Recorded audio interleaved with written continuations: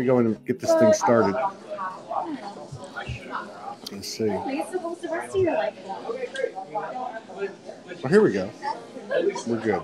All right. All right. So let me just give people a little bit of time to get in. Yeah, what was that last one you put up? I saw one. I think I saw it 2 days in a row. I saw it yesterday. It was like a meme. One of those ones where they put the background color behind it. About all I know is that I don't know. All I know, it was talking about the present moment energies, and basically my interpretation of it, if somebody would ask me, and I don't know what it said, would have been something like, "Are you getting your ass kicked?" Something to that effect, right? And I did see somebody make a comment today that Mars retrograde, which I never pay attention to, okay, and I don't really care about, but Morgan made a comment to me when it started, which would have been what, first of the month, and kind of made an impression. Mercury kind of made an impression on me. But somebody made the statement today that it was over on the 28th, and I'm like, glory fucking hallelujah, man. Right? This has been one of the most intense Mercury retrogrades, and I'll explain why. It's because this Mercury retrograde is going over the exact parts of the zodiac where the wounded healer has been for the past 3 years. So at the end of the zodiac, in Pisces, we're always birthing into a new beginning. And so as Chiron birthed into this new Aries energy, but then Mercury's cleaning up all the deception and all the bullshit. But as far as what Chiron was doing there, but still undigested parts of our personality, and mostly our intuitive reality, because this whole Mercury retrograde has been like no mind as far as clarity or a real in-depth transaction with mind where we can have breakthroughs. Before, when Mercury's retrograde, thought kind of ceases to exist, or we don't have that connection with Hermes. It kind of just is at a standstill. And so this has been more of an intuitive feeling data coming in instead of mind being able to articulate what it is. We're really feeling into the crevices of where there's still certain deception points in our own personality. And so it's really almost like an integrating of our whole past and all the bullshit that we were in existence before our awakening, or before we integrated all these magical healer qualities or whatever it is that's going on. So it's almost that these two timelines are coming and converging. Really, and I forecasted this, was really the end of the age of Pisces, which is the age of deception. So it's like we're integrating these two huge timelines, and it's just everything that still lies dormant, that has been unaddressed as far as how we're lying to ourselves, or just these unintegrated parts of our past are really coming up to be reevaluated and then included as an accepted responsible role in our environment. And so really taking like wholehearted responsibility for our shit. Yeah. So when you say intuitive, does that include like all the stuff from our past? Like, in other words, is it coming up to be cleared and we're not always conscious of what the hell it is, and do we need to know what it is to clear it? It's helpful to understand what it is, and that's what I do with my clients. It's really help them integrate, because we're shifting even in our dream state, in our sleep. We're shifting just organically. But when you have a conscious understanding of what it is you're shifting into, which is how I can analyze your chart and really point to what's happening, is how you can consciously shift through your conscious mind and integrate that knowing, and that really becomes a powerful part of processing. Is that, oh, I can feel this shift, but I don't necessarily. So then it becomes kind of like a lazy bump, instead of a huge transformative shift that we could, if we can align to the energies consistently and understand it, then we can really transform and use the energies and the transits to align into. Because once we know what our greatest purpose is and our calling is, then we can use these shifts to really come into knowing of ourselves. Because if you don't dissect it or analyze it, you don't, consciously know, oh, this is my masculine authority coming on, which is very much what it is now, that Chiron's in Aries. So it's our masculine authority and putting ourselves out there, and all the shame that came from, being too much or being too powerful or whatever it is. And so that fits to me. That whole masculine thing. We were just talking about that on the previous show with Miguel Dean. That's what it feels like to me. It feels like this masculine has landed, like she landed three or 4 years ago, to the point where he's got enough balance and equilibrium to, energetically take her hand and start to create that third energy. Dude.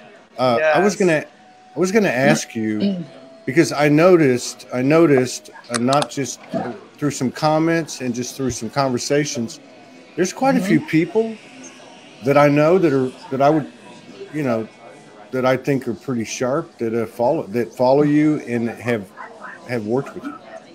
I don't totally understand what you do. I have an idea, so I'd like to kind of go through that. But I had a couple of things, because sometimes you will say things, and I don't really know what you're talking about because it's so familiar to you. But like one thing one of the two things that I wanted to ask you about before we get into, because I'd like to get into what you do in a session, and what does that look like and feel like and taste like and all that stuff, and what are the results and so on. But one thing is Hermes. Since I woke up, has always, one way or the other, jumped out at me. Hermetic principles. And what is Hermes? What is that? So Hermes is the messenger of the gods, or Mercury. So it's all things communication, transportation, so social media, which is everything that you do, Todd. And so really communicating, and that's really the highest, soul prophecy that we're all really here to live through, is this just speaking our being forth. But Hermes is, as Mercury is retrograde right now, is also the angels, or our guides, that are giving us this intuition and these downloads. And during Mercury retrograde is really when we are getting a message from the universe or the guides.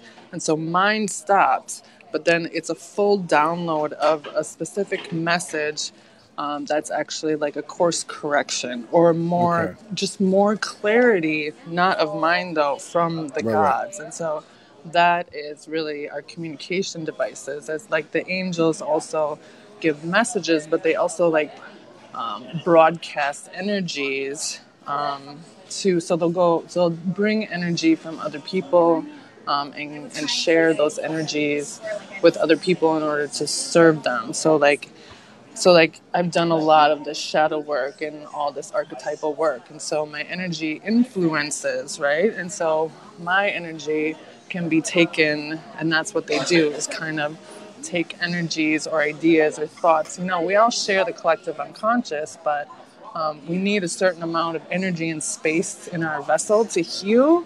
And so that's what they can also transport, as they are the little messengers. And the Davic plane, as we're manifesting stuff, the Davic plane are really working underneath everything. And so they are still the whispers in the ears of judges in courtrooms that are making, things actually happen in real time. Like, for instance, I manifested a 2019 car with shitty credit. And there's no reason I should have a car at all. at all.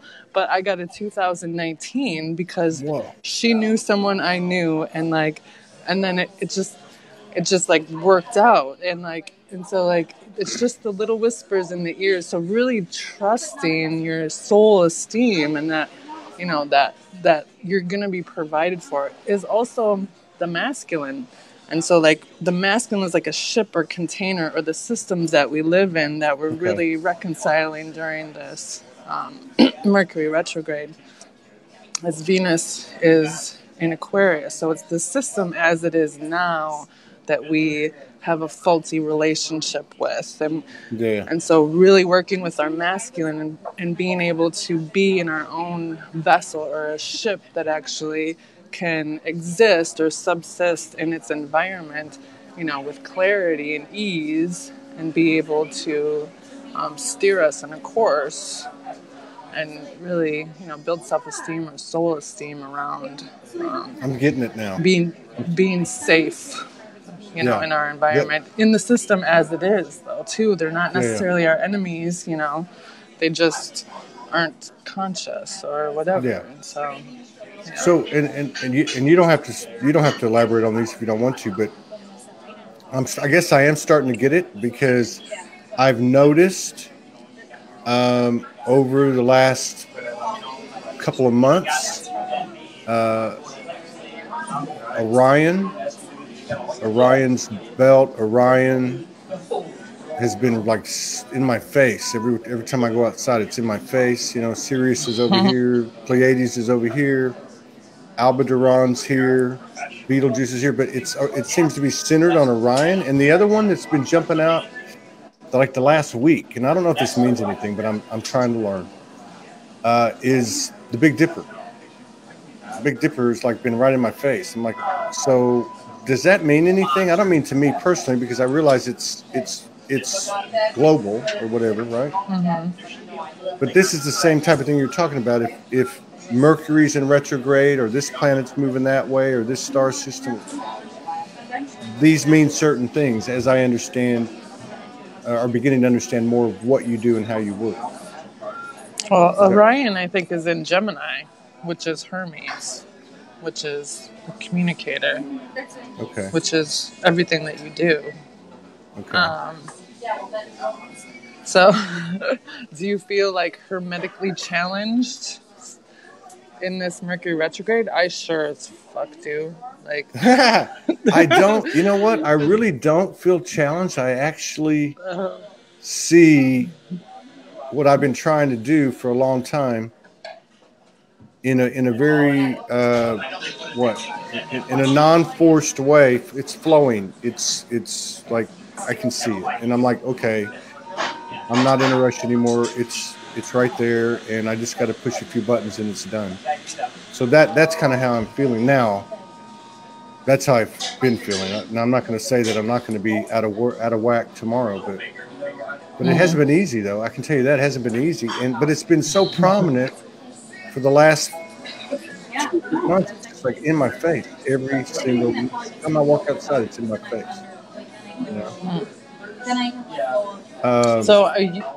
So is there anything coming through for you, like to upgrade or do something differently that you're not necessarily paying attention to? Well, there's been like there's been stuff. Okay, there's been stuff trying to come in. Morgan left 14 days ago.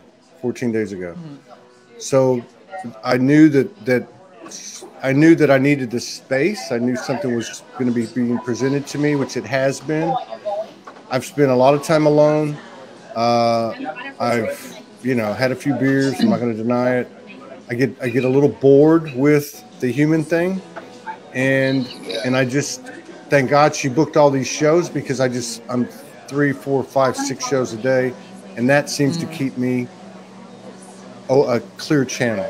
So then I get done, I walk outside, and I'm looking right at Orion, and now the Big Dipper, and I know they're telling me stuff, and I know I'm getting a lot of stuff in a great state. I feel pretty good about it, It's just the human part of me, the human aspect of me is like a little bit like, what the fuck's going on, man? Like, like I can't explain it, but it's like that's probably the least comfortable. That's the least comfortable aspect that I have, which I guess is the most comfortable. He would have felt so cool. If that meant anything, not necessarily for me, but because this Mercury retrograde affects everybody, because I see everybody talking about it, right? Mm-hmm. And it has affected me too, and I've seen it affect people around me. It's in certain areas though, so whatever house placement it is, and so I kind of analyzed and came up with a formulation for exactly what it is, and that's usually what I do. Is that I can predict somewhat, and that's pretty accurate. But also, as I analyze the energies personally, then I can articulate much better what's happening, what it is exactly. And so then with each transit, I'll come up with a specific analysis of points that we're working on.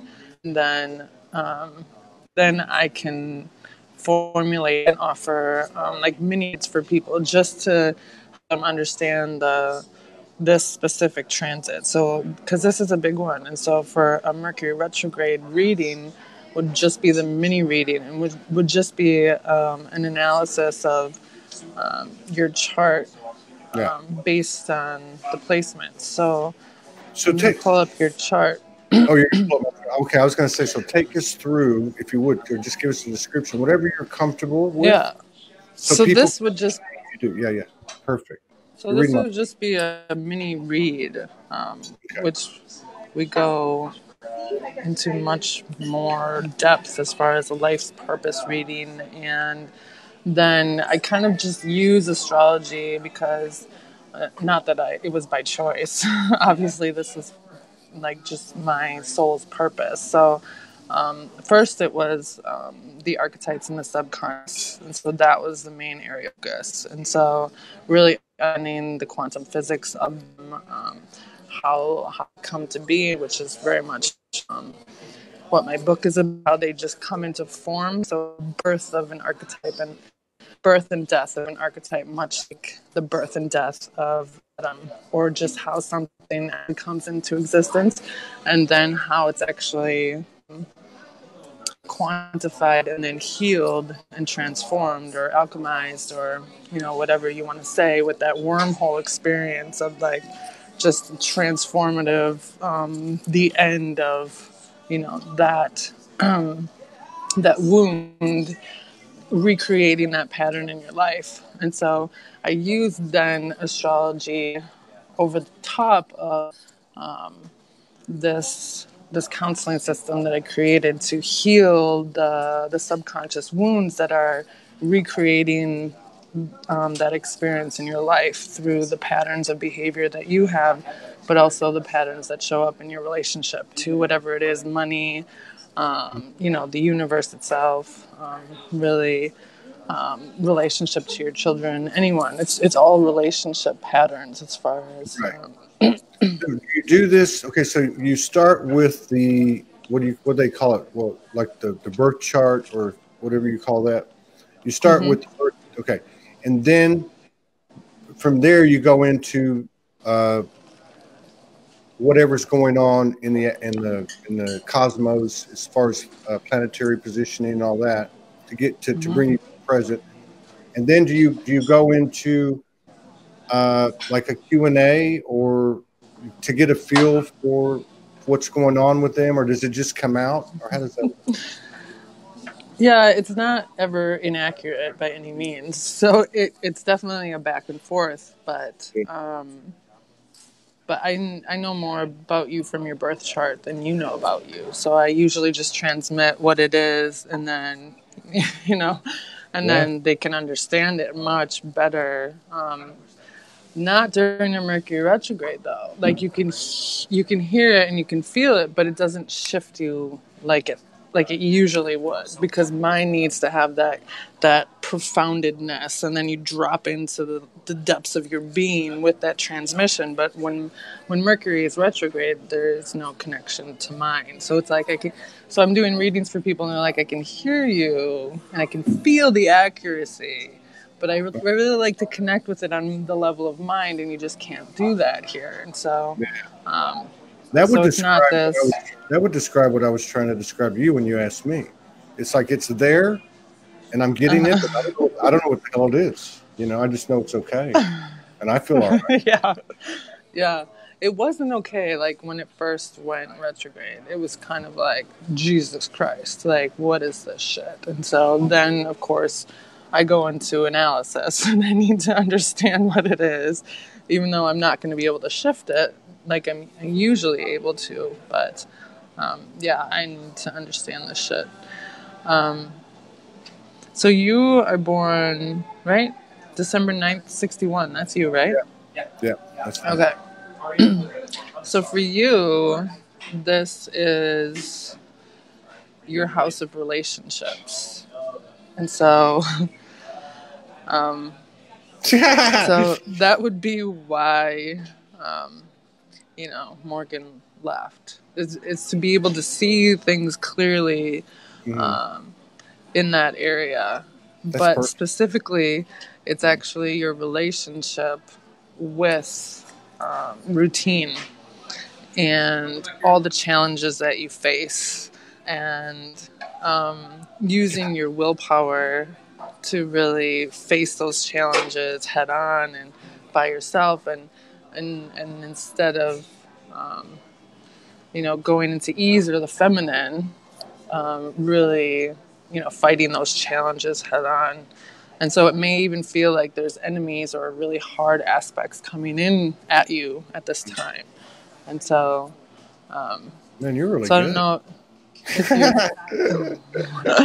so I don't know if you're actually having like people that are challenging you showing up in real time, like debt collectors or court cases, or so really. The sixth house is representative of jail cells, paying bills on time, routine affairs, things that we have to struggle and grind for, and really pay attention to. So we're missing the mark somewhere there as far as our relationship with that house specifically. And so, so that's really what's re-coordinating itself, is to be able to see how you're not showing up, or lies or deception, as far as maybe getting out of work or the hard aspects. Well, it's been yeah, and that's the thing. It's been, if I'm broadcasting, I'm good. I'm good, and I can go and go. But when I get off, like, what the hell am I going to do? Like I'm on this little island over here, and I can go down to the beach. I can't do it, man. I'm just like, I'm like, I don't know how to explain it. I'm like, and it's what you're talking about, routine. So it's broadcasting, maybe a few beers, 6 tacos, and I go to bed. You know what I mean? Yeah. and I'm not like suffering as a result. I'm treading water. I'm okay. I'm balanced. Morgan and I are good. It makes sense. Because she actually told me, what she actually told me? She told me that Mercury retrograde was such a factor in her life that in her marriage, everyone has the empath, narcissist relationships. All of us seem to go through that. But even in that relationship, her husband took heed of Mercury in retrograde, that during that time you had to be careful in relationships, right? So it makes sense to me that at a higher level we knew to be apart during this time. So, but interestingly enough, the way that you have to shift this is because the sixth house is a jail cell, because it represents the mind. And so we have to force ourselves into a trap that you're not comfortable in a trap. You're not comfortable in a solid environment necessarily. No. The routine, you want to escape that. Yeah. And so, and so it's really this information that's coming in for you is like, you need to make a trap for yourself in order to be successful. You have to build your own trap, and that's how you're going to feel like you're in the container that you're in when you're broadcasting, is by creating your own trap. So your own jail cell, in order to really develop. So that's kind of what's happened. I'm in a trap. I'm in a jail. I'm in this space. I'm in a jail cell. Right. But you're in a container because you have to do this. Yeah. You don't have a choice. That's what I feel like. I feel like actually today, I'm moving across the building to another apartment that we made a long-term deal on. You know, it's the first time Soulogy's been stable ever. You know, wow. I mean, it's just, you know what? But I also know that I'm going to be alone, that I'm going to be in this cage.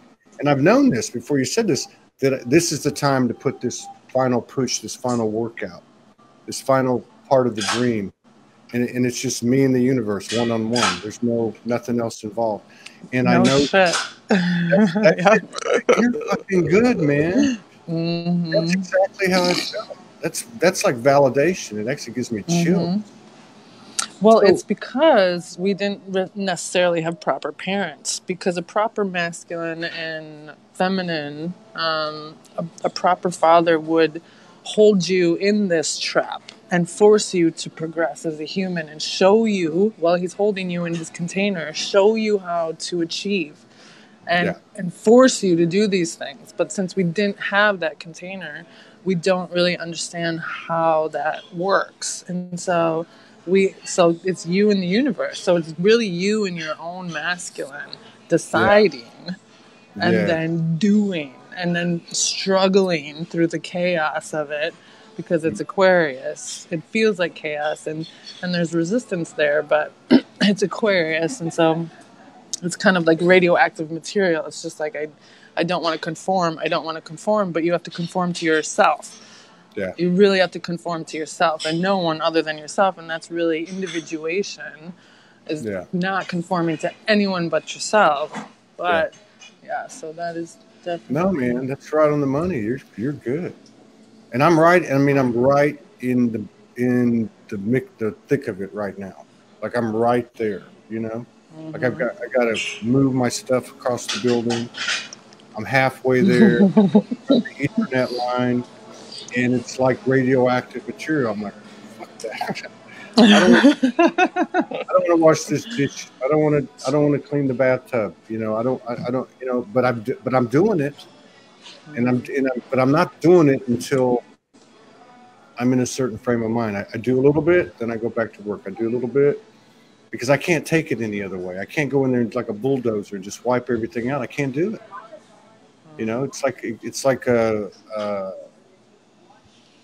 I don't know, what would you call it? It's like a infringement on my freedom.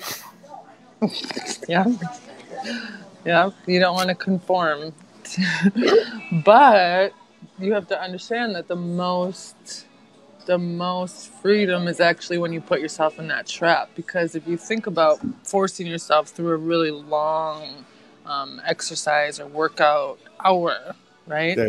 It gets quite fun. And once you get your endurance up, like it gets really hyper energized. And so really forcing yourself first into that practice, but then forcing yourself all the way through to completion is really the most challenging. But then it just becomes kind of a skill that you have that you don't really have to think about.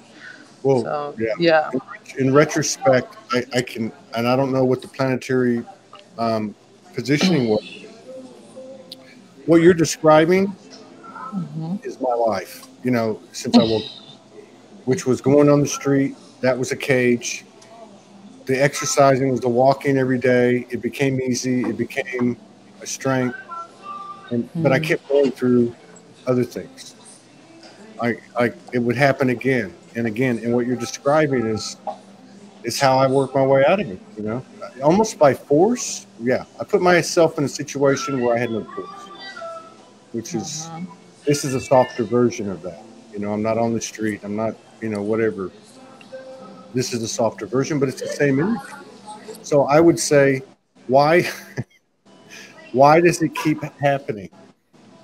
Why do I have to put myself in a cage in order to gain my freedom? Or Because it's what you desire. okay, Because it's Venus. It's your love nature.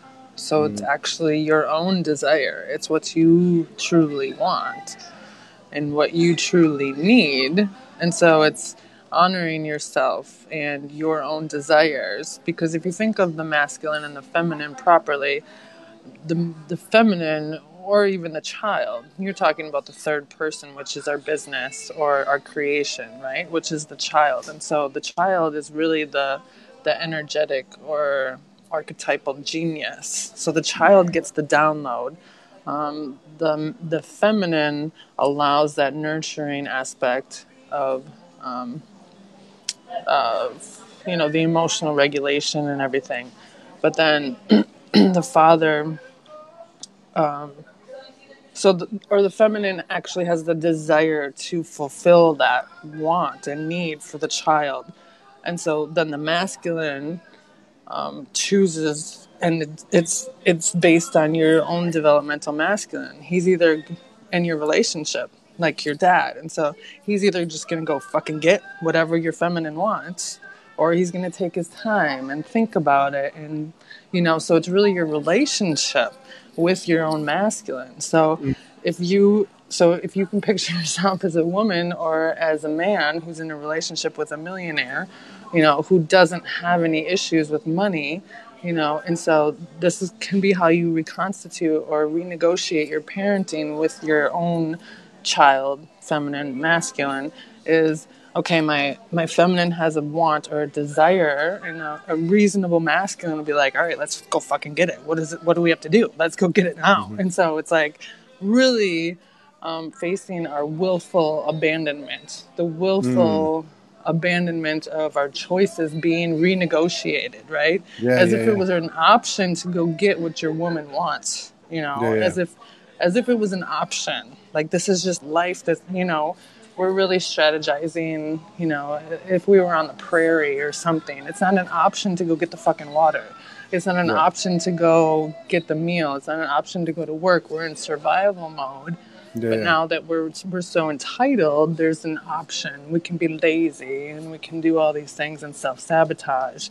And so so that's really what I work with as far as the protective layers of the child is the self-sabotage or the protectors or the critic or the judge, which are seemingly protecting the child, but they're of no use anymore because we have to reestablish this parenting role of, all right, child, you want to go do something? Well, I have the money to do that. Here it is. And we're going to sign you up and you're going to do it and we're going to do it all together and it's going to be fun. And so it's just that easy. But it's not, when we're still stuck in these patterns. But if I look at the last this has been what, 2.5, what month is it? 2.5 years since I left Houston and went on the road and all that. And then Morgan would come and Soulogy would take a boost because that's kind of reflective of the third energy, right? The child. And she's a reflection of my feminine. So what would happen is she would leave and I would go into that mode you're talking about, that distraction. I don't know if it was really lazy, but I think in terms of the priority or the purpose, it was lazy. And then each time it's lifted a little bit, and now you're making me realize where I'm at with my masculine, because now he is getting to work. He is doing it at a, you know what I mean, more aligned every day, and I can see the huge difference between. She's been here 3 times, so after the second trip. And I went to my hometown, and I was in that mode you're talking about. This is incredible. The other thing that comes to mind, and I'm not blaming anybody, because if I talk about a spouse or ex-spouse or whoever, it's just an energy, a reflection, right? But I can remember when I was a kid, when I got my first cars, my dad would say, let me show you how to change the oil, right? And so we would go out to the truck, get the oil pan out and, you know, drain it. But I would observe him the entire time. I would never pick up a wrench or nothing. And finally, after the second or third time, I said, look, why the hell am I out here? You're not allowing me to do it. So what you said earlier about your own father, which is your energy or whatever, right? Makes sense. You know, here's the box. Let me show you how to do it. You know what I mean? To have that direction or not have that direction has an impact on it, which is really your own self love, quotient, your self worthiness or whatever. Right. Mm-hmm. I'm digging it. Yeah. So for this, okay. So I'm going to take you to another level of your chart. Okay. So the next supermoon in Libra, which is at the exact degree of the supergalactic center, which is the biggest black hole in the entire galaxy. So it's just this vacuum energy of like a void, the biggest void energy. And so really, it's like a vacuum, so it transmutes all this energy. So anyone with planets close to it, like me, who has a moon exactly on it, is just this like this channel for like healing, but I just transmute energy or pull energy out of you to redigest or transmute or alchemize or whatever. And so this is in your house of ownership. So really owning yourself, but also your claim, I'm hearing self-sacrifice and everything that you do for us and all the people that watch you, and really celebrating your own self-worth and really coming into an ownership of your own human vessel, with this kunitio, which is the depth psychological term for the marrying of the masculine and the feminine, which is just the highest level of divine coordinates. It's just really owning your shit. And you're fucking balls, man. It's fun, right? What's crazy is Marita Shashan told me the same thing 2 nights ago. She was doing she does a rose. She works with the rose energy for 20 years, and she was going to do like a rose meditation for the audience, right? And then she went into this rat thing, man, and she was like, "Hey, I don't know why I'm saying this. It's not coming from me." And it was the same thing. She said, "You need to own this." So was I said, "Well, it's not just me." But she was really talking about my role. My role. It has nothing to do with anything else. It's my role. Because again, it's energy. And you're saying the same thing, and then somebody else said it to me yesterday. Same thing, same message. But you're right. It's very humbling to hear this. But you're right, and I think it's as the individual goes, so goes the collective. This is a space to even be on the cusp of it, and to be given a heads up. It's a humbling place to be. It's fucking like taking my breath away. And that's what a reading does. It just brings clarity into what you're coming into. And so with that, just the astrology piece is amazing because all the different planets have your specific trauma signatures. So really, I can understand your archetypal complexes, your wounds, and all that is in your birth chart. It's the map of your soul. So I really understand you at the depths of your being. But then beyond astrology, what I'm here to do first and foremost is articulate, the subconscious how it's produced, how the archetypes come into form, the actual quantum physics of how the archetypes or an atom is birthed, and how that process looks. But with that understanding, then we can heal those archetypes and those wounds and shift, your subconscious in one session.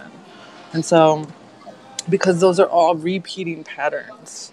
Wow. Those are all, because so I'll explain my journey. So and you explained it as a 5D experience, but I didn't come back down. So like, I got shifted into 5D and then really just on a daily basis was thrown into new archetypes. So I had this broad conscious expansion, and really I was just shifting from archetype to archetype to archetype to archetype, and every day it was fucking insane.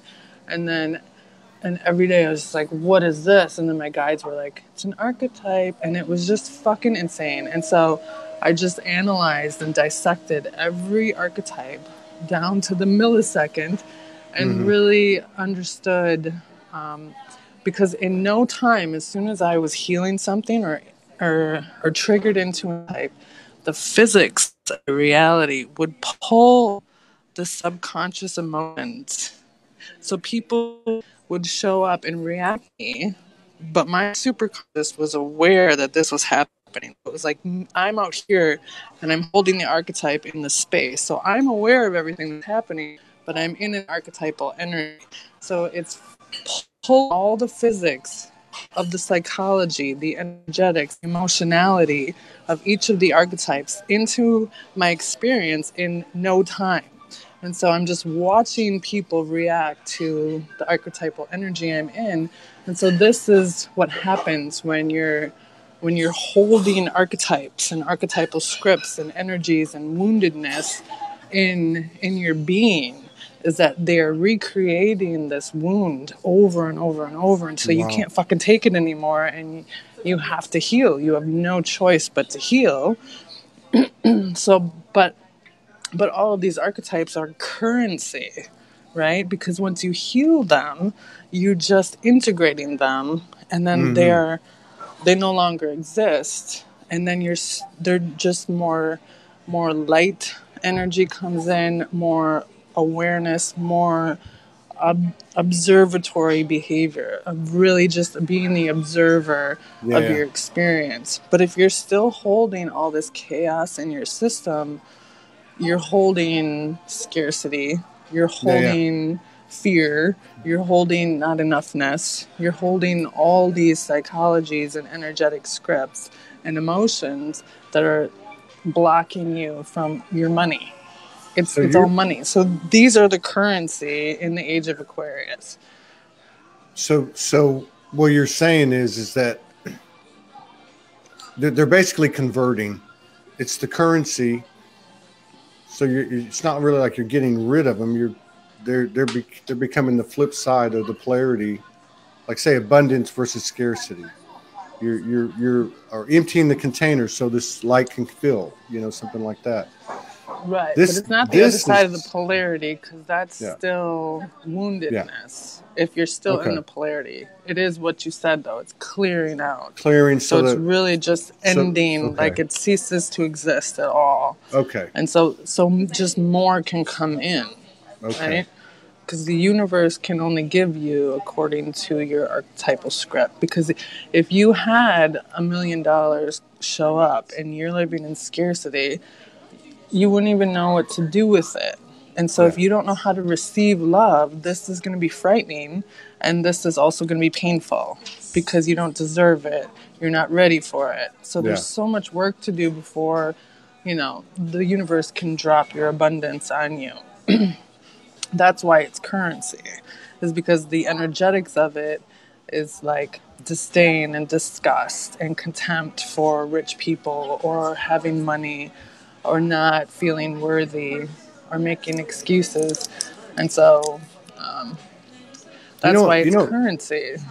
It's because fear is an energetic block in the subconscious.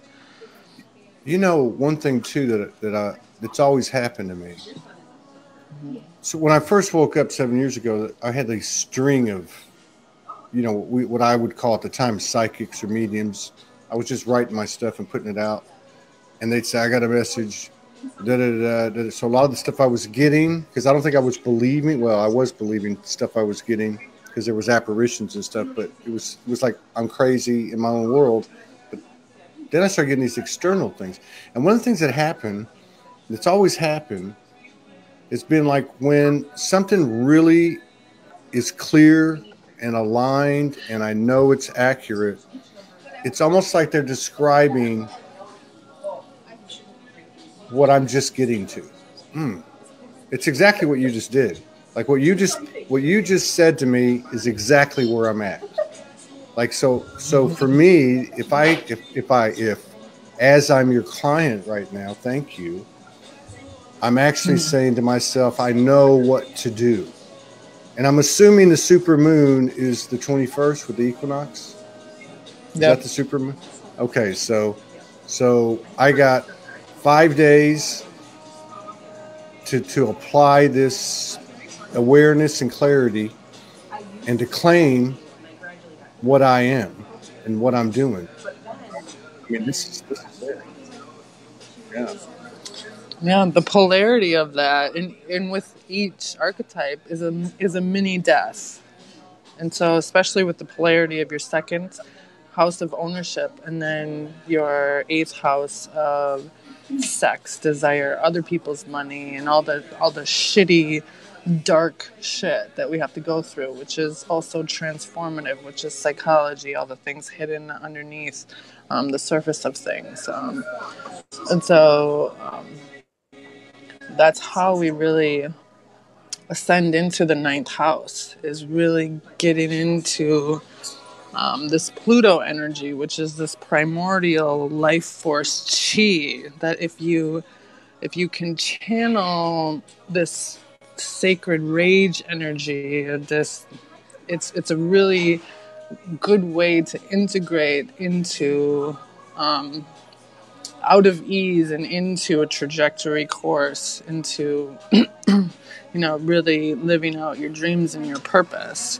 So it's dark and chaotic, which is Pluto, but it's also transformative and necessary, as it's really like the singularity. But that singularity point is so much power because it birthed the universe. But that's just how we really need to channel the rage, and exercise is a great way to do it. That's my word. I swear, since I've been here and how these dragon things happen, I even told Morgan, I was like, it's not a rage like angry, maniacal. What did you say a minute ago about abandon? You said not controlled abandon, willful abandonment. Willful abandon. It's like the power of the energy of rage, but it's not like a negative dark rage. It's just this power that just wants to like explode. And